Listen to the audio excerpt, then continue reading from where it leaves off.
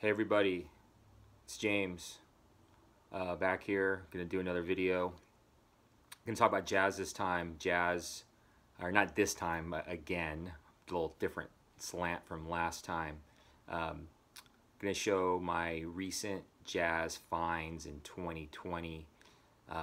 Recent is relative, of course, because um, obviously with the pandemic, not buying as much. All the stores are obviously have been closed. There's a couple local shops that have opened, but normally um, in normal life, within 15 minutes, I can get to, in a car, I can get to 4 or 5 really good record stores in my neighborhood. And in fact, I can just walk straight that way down the beach, about 2 miles, and there's a great little store that I can go to as well. So there's always good choices in normal times. So I haven't been able to buy as much. Obviously, I've bought some things online, and I know it's affected everybody in a lot more serious ways than our record collecting habit. But that's what I think about. So I'm going to show my jazz for 2020 so far. Hopefully there'll be more, and I'll just kind of get right to it. The first is Rabi Abu Khalil. Oops, there we go. There's the front. The Lebanese oud player. This is on the MMP label. Lebanese oud player. I haven't seen a lot of his records out there. I do have one of his on ECM.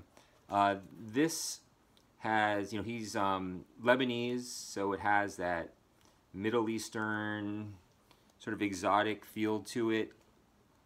What's interesting on here is you have the some Americans, Charlie Mariano on soprano and alto, and Glenn Moore from Oregon, the band Oregon, on bass, and Glenn Velez on playing a host of percussion instruments. Really nice record. This has a special bonus for me. So I didn't even really look at the record when I got it. I tend sometimes to make that mistake. But there's a letter in here in German written by Rabu El Khalil. And it's in German though, so I can't figure out what he's saying, but it's dated, it looks like December 17th, 1986.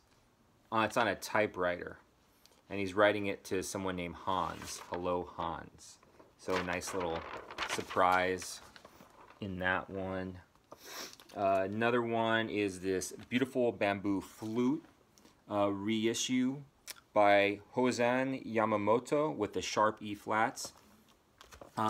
This one, I would liken this to a David Axelrod sound in terms of the production. Really full and rich. Has some electric guitar in there, some horns, great bass lines, some funky bass lines. Here's the gatefold. Really cool record. This is from 71, and I think this is originally on Philips, originally released on Philips. So that's that one.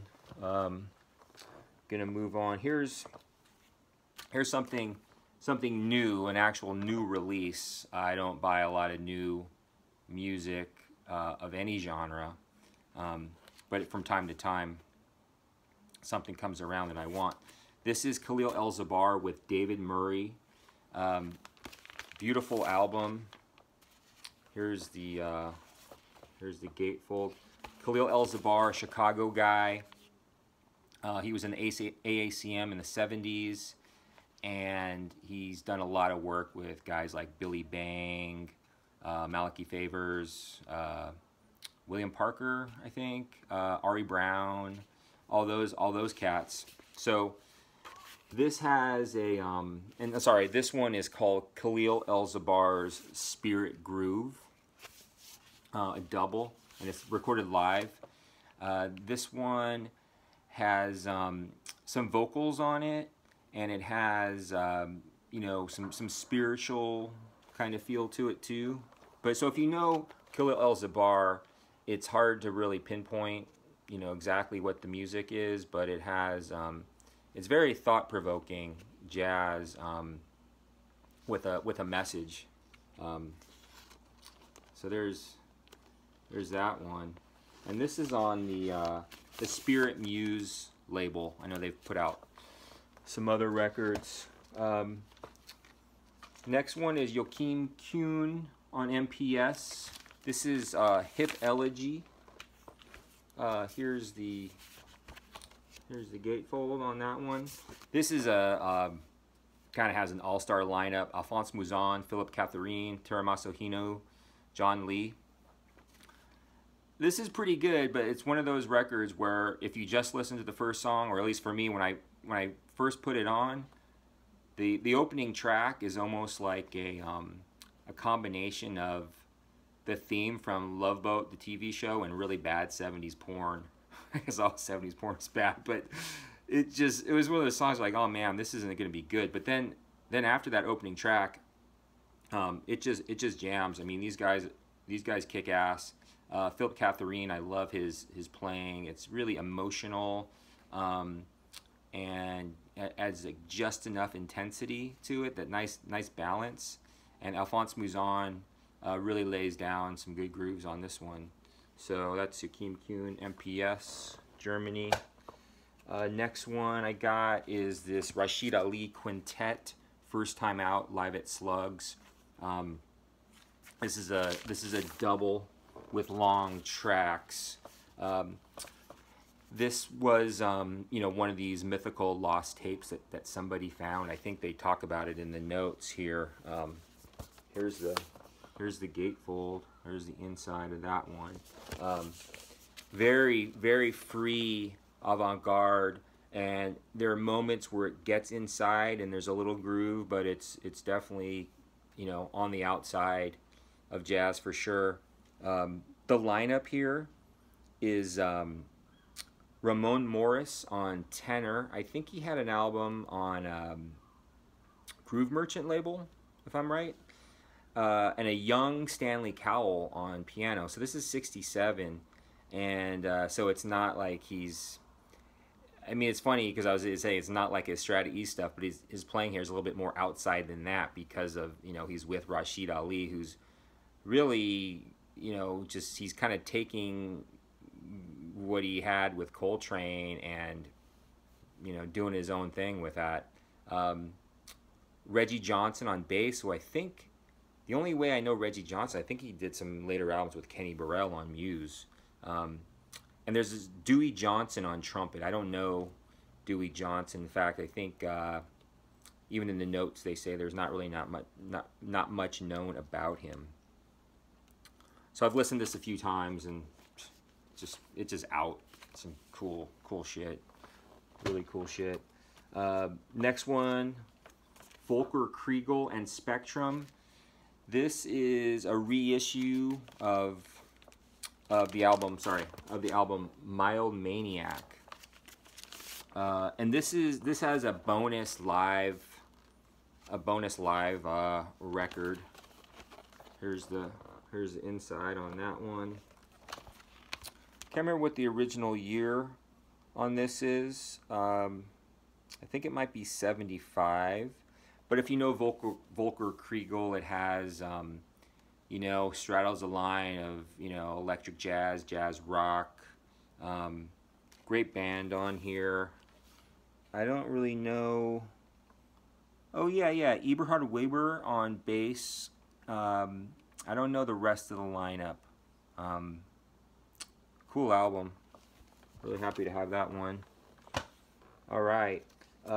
Next one is, I'm really happy about this one. This is the reissue of the Shirley Scott album that she did on Strata East, One for Me. This was put out by Giles Peterson, has a label, I guess. They're putting out stuff. This is essentially a trio with Harold Vick and Billy Higgins, and essentially because Jimmy Hops plays cowbell on a couple of tracks, but it's essentially a trio with Harold Vick and Billy Higgins. Shirley Scott's sound is definitely more advanced than her her Impulse stuff. It's a little bit more towards like a John Patton kind of style, that really deep set of sound. But for me, what really makes this album shine is Harold Vick. I mean, he just brings it. It's just, this almost could be a Harold Vick album, because to me, he's the leader on this one. He just tears it up, and he's so underrated. I mean, I was actually listening to a John Patton record the other day. Harold Vick is on, and man, he's not talked about enough, and I don't even think about him enough, but it's amazing. But this is a cool reissue. Happy to have that one. Next, we're going to go to South Africa. This Gideon Nxumalo record. I didn't know much about this, but I read about it somewhere. This is on the Mad About Records label. They've been putting out some cool reissues. I think they're out of Portugal. I know I said this in my non-American jazz video about a South African record, but this has, again, that joyful South African sound, very celebratory. I think Alex used that word to describe the South African record he showed. And the leader is, or it's not the leader, it's his record, Gideon Nxumalo, who's on piano, and it has a young Dudu Pukwana on here. This is live 1962 at the Great Hall in Johannesburg. Really, really good one there. Next, something, you know, sometimes you go to there's like something on your mind, like you've been thinking about, and you go to the store and it's there. So early part of the year, I said, you know, there was a day I said, you know what, I just really want some more jazz guitar. And I go in the store and I find in the recent arrivals was 3 albums by this guy, Frank Evans. And they're all like $5, and they all had these same kind of covers. So this is the one I went for, just because of the name, you know, Noctuary, and the song selection. This is all solo jazz guitar. He's British. There's songs like "A Child Is Born," "What Are You Doing for the Rest of My Life," "Rest of Your Life," "Round Midnight," "Body and Soul." This is from '75 on this Blue Bag label, and just really nice spare solo jazz guitar. And it made me think, or it brought my attention to the fact of what other British jazz guitarists are there. I'm not talking like John McLaughlin or like some of these guys who straddle the line of jazz and rock, just straight traditional jazz. And I'm sure there's someone I'm overlooking or not thinking about, or maybe I'm ignorant to, but I can't think of it. So just a nice little record, nothing that's going to blow your mind, but something cool to throw on here and there. This is one, I was stoked to find this one. I've been wanting this for a long time. Woody Shaw, Lotus Flower on Enja label from '82. I love Woody Shaw, man. I mean, you know, you go back and forth, or I can go back and forth about who my favorite trumpet player is. Is it, you know, Lee Morgan, Charles Tolliver, Woody Shaw, you know, Freddie Hubbard? But right now, you know, it's almost like college football rankings. I mean, it kind of changes all the time, but Woody Shaw is the man. I love him. His tone is so rich and just majestic. Lots of force and fire. Steve Turre is on this, Mulgrew Miller, Stafford James, and Tony Reedus. All long tracks to 9, 8, 11 minutes. Killer stuff. Woody Shaw, man. Next, got this Nathan Davis. I actually got this in the store. I think this was a lot of these I got in the store. This is pre-pandemic time. This Nathan Davis Makatuku on the Segway label, I wasn't aware of this album. This is kind of a different Nathan Davis. It has, can't remember what year this is. This is, I think, the early 70s, so it's past a lot of his, more known stuff.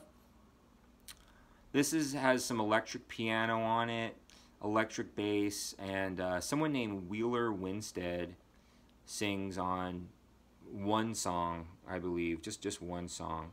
So this is kind of a Nathan Davis with a little bit more of a funk type of thing going on. You have Nelson Harrison on trombone, Joe Kennedy on piano, Don DePatois on electric piano, Roger Humphreys on drums, Mike Taylor bass, Virgil Waters electric bass. Something different from Nathan Davis. And I know there's some reissue his coming out, so those will be good to get. Next we got Always Need More ECM. And I came across these two Ralph Tawners.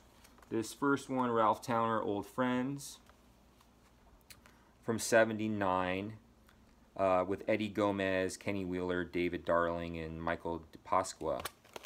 That's a good one, but this one, this Ralph Towner Batik, this is just a trio with Eddie Gomez and Jack DeJohnette.